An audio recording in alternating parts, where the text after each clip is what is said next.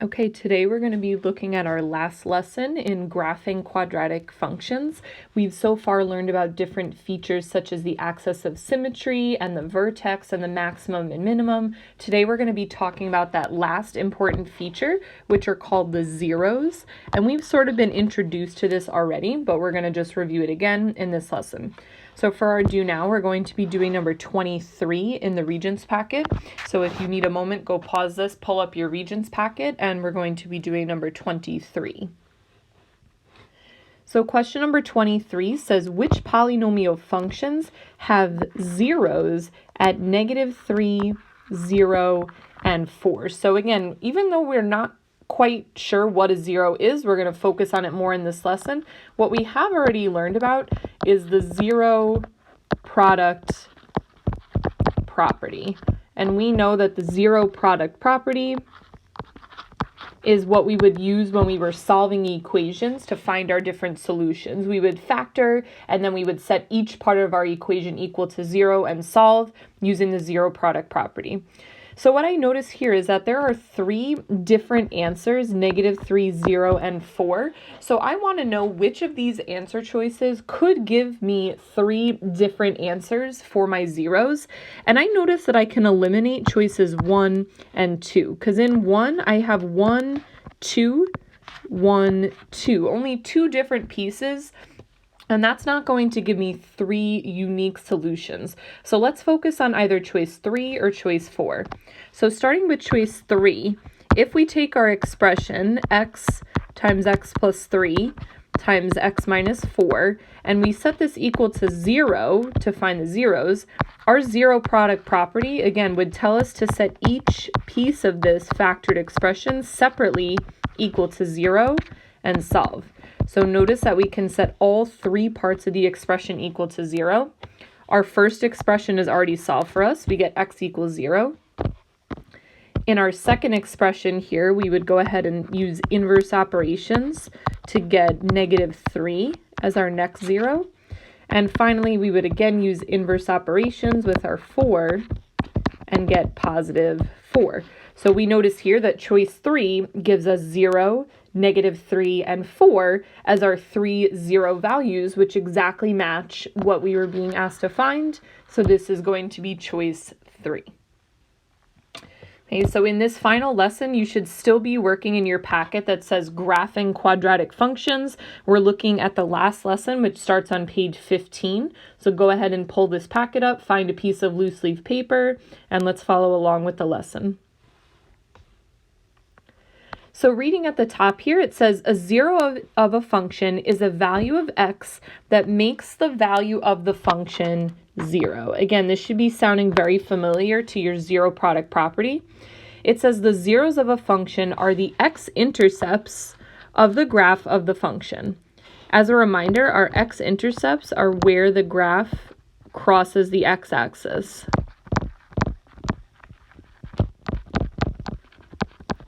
And then it says here, a quadratic function could have 1, 2, or no zeros, and we'll get to that in a moment in example 3.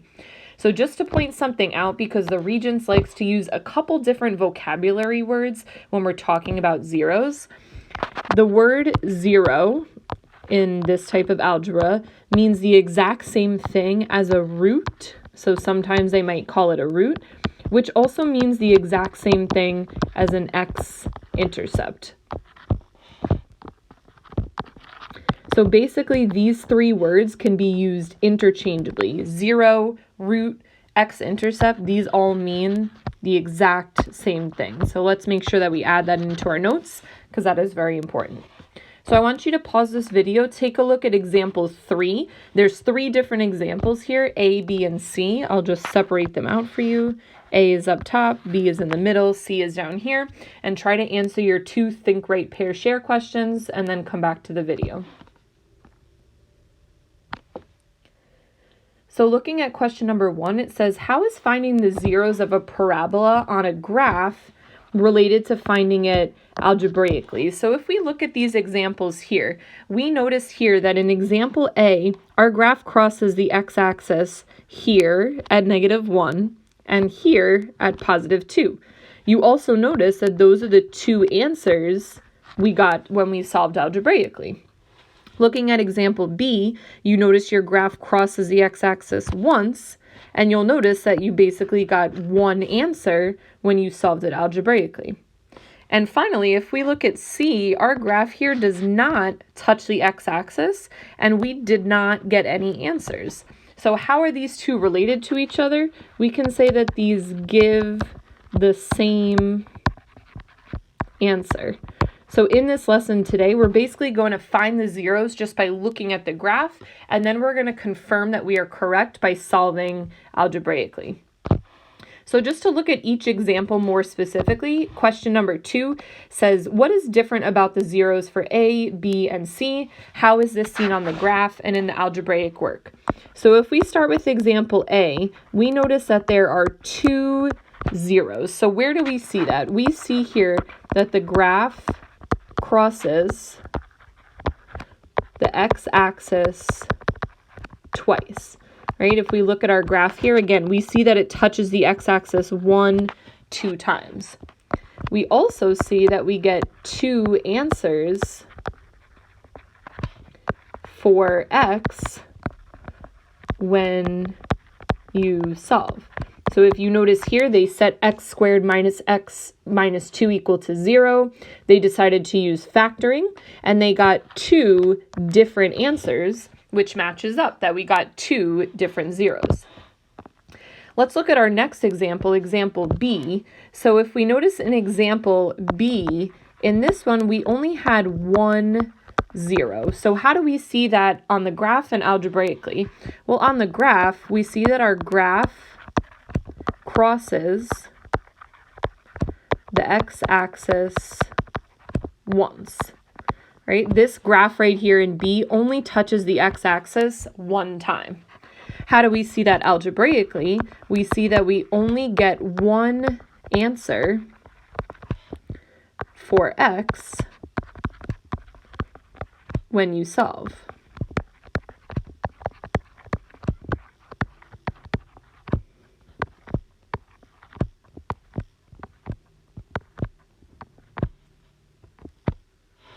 So if you look at this work here, they set their expression equal to 0. It looks like they chose to use the method of factoring when A is not 1. And even though it looks like they got 2 different answers, it's actually the exact same answer, positive 1, which confirms that 1 value of 0. And finally, our last scenario down here in example C, if we look at example C, we notice here that there are no zeros. So how do we see that? On our graph, we see that the graph does not touch the x-axis.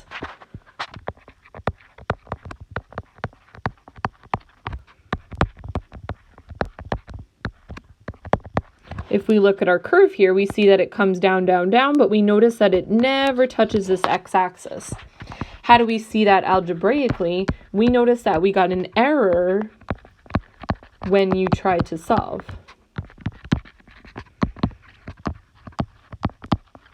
So you'll notice here they chose to just use the square root method. That was our first method of solving because there was only 1 x here.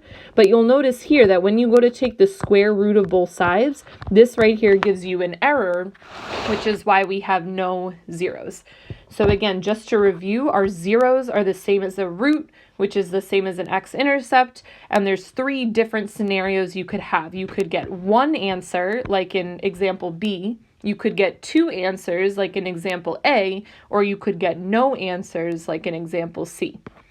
So let's go ahead and try our guided practice. It says to find the zeros or roots of each quadratic equation from its graph, then check your answer by finding the zeros algebraically using one of the methods of solving quadratic equations. So go ahead, pause this video, and try your guided practice problems.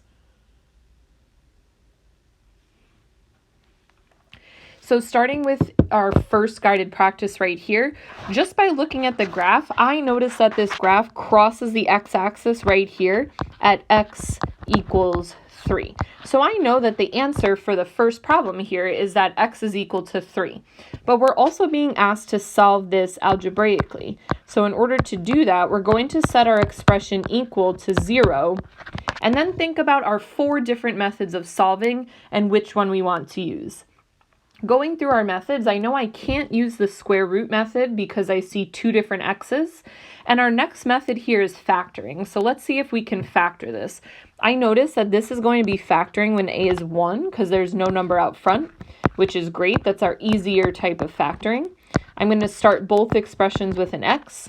And then again, the question that we ask ourselves is what multiplies to c and also adds to b. So we want to know what 2 numbers multiply to 9 and add to 6. So the 2 numbers that work in this scenario would be -3 and -3. Because -3 times -3 is +9. -3 plus -3 is -6. So I know that I can fill in my 2 parentheses with a -3 and a -3. Okay, our zero product property tells us that we're going to set each of our factors here equal to 0.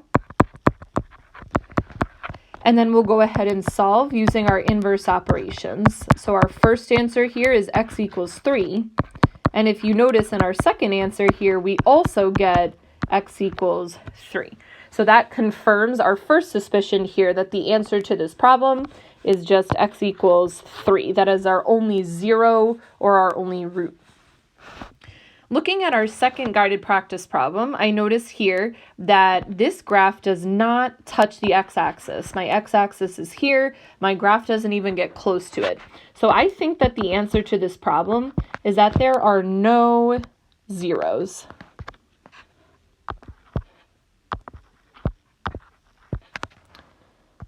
I apologize for the handwriting. So we think right now that there are no zeros because this graph does not touch the x-axis. So let's try to confirm this algebraically. Let's set our expression -4x squared minus 2 equal to 0. Now again, we know 4 different methods of solving, but what I notice here, because there's only one x variable in this equation, is that I can try to solve this using inverse operations and square roots. I'm going to start by moving the -2 to the other side by adding 2.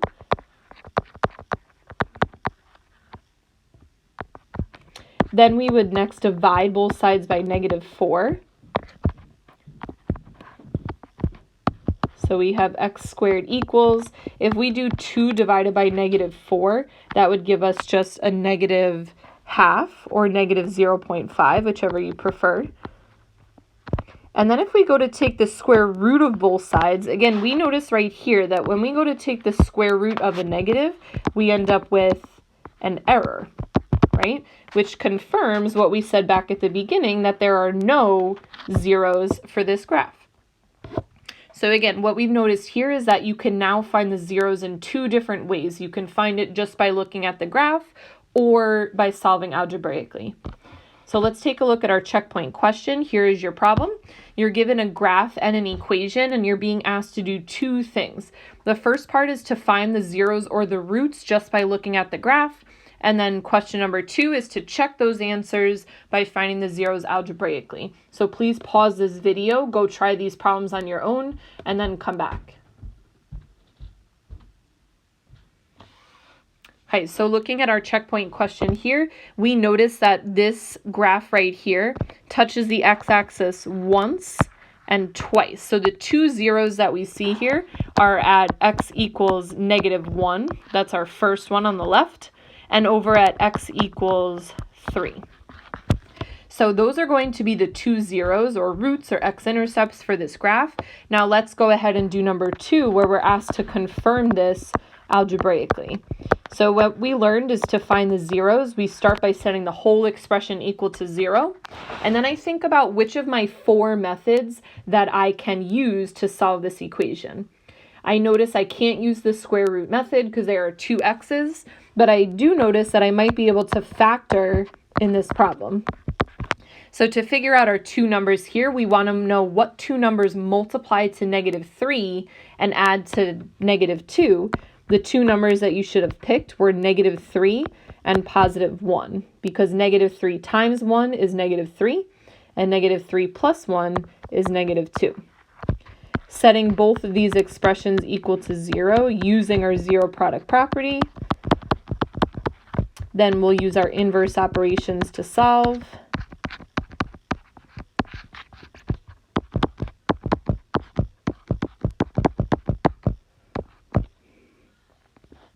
Which confirms the two answers that we found at the beginning, positive 3 and negative 1.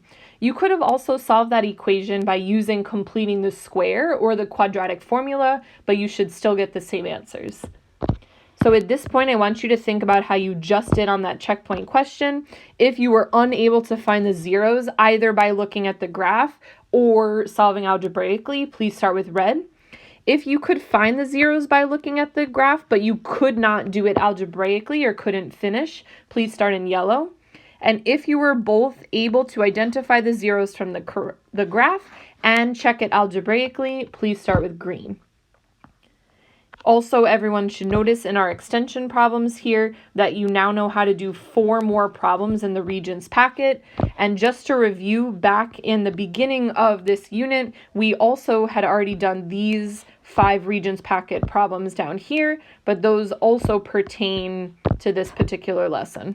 So at this point, everyone should be pausing the video. Please go work for about 10 to 15 minutes, either on red, yellow, or green, and then come back to check your work. Okay, so let's go ahead and check our work. You should only be watching the video if you've already tried these problems by yourself. Go ahead and pause on each slide if you need to check your work. Here is numbers 1, 2, and 3 on page 16. Here are 4, 5, and 6 on page 16. You'll notice the different methods I used for solving. You may have chose a different method, but you should still get the same answers. Moving on to page 17, here's numbers 7 and 8. And moving to the bottom of page 17, here's numbers 9 and 10. So at this point, in order to get your classwork credit for this lesson, please go into Google Classroom and submit a picture of your checkpoint question and the independent practice problems you answered, either red, yellow, or green. If you feel like you need extra help understanding zeros or anything in this lesson, please watch the Khan Academy video that I shared or contact any of us for extra help. Finally, you should be going back to exit ticket 8.3 and trying question number 4. This should be the last question on this exit ticket, so assuming you've already done the first 3, you should be able to submit this entire exit ticket right now.